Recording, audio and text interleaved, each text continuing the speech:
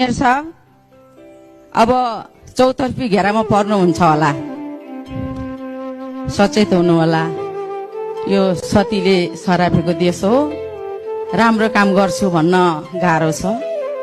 यहाँ 49 सालदेखि काठमाडौँ महानगरपालिका बनाउँछु भनेर निर्वाचित भएर आएका थुप्रै जनप्रतिनिधिहरूले जमर्को नगरेका होइनन्।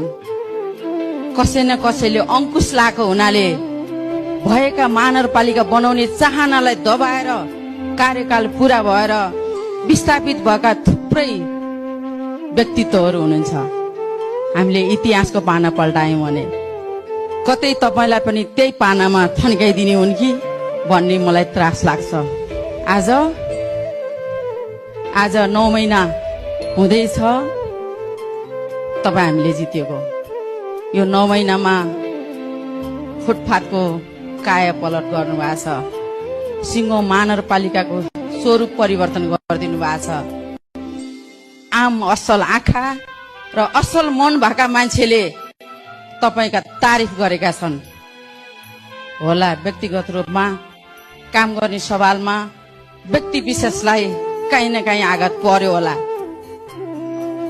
कहिले लोभले, कहिले लाभले आफ्ना अभिष्ट कुराहरू पूरा गरिरहेका मान्छेले पूरा गर्न नपाउँदा विरोध गर्नु स्वाभाविक हो। तर समग्रमा आम महानगरवासीले तपाईले गरेको कामको तारिफ गरेका छन्। केही दिन मात्रै अगाडि तपाईले 32 मा कामहरूको निरीक्षण गर्न आउँदाखेरि तपाईँ हिँडिरहँदा हरेक मान्छेले तपाईसँग फोटो खिच्न चाहे, तपाईलाई हेर्न चाहे, तपाईसँग बोल्न चाहे। तपाईँ व्यक्तिलाई होइन, तपाईले गरेको कामसँग त्यो तपाईलाई सम्मान गरेका हुन्।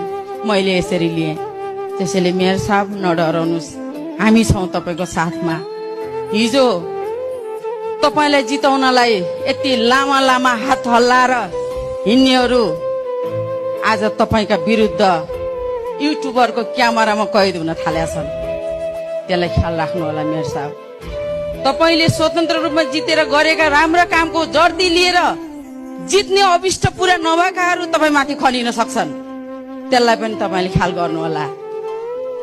त्यसैले स्वतन्त्रको नाममा तपाईले गरेको राम्रो कामको जस लिएर जित्नेहरू ठुल्ठुला ठाउँमा पुगेका छन्। अहिले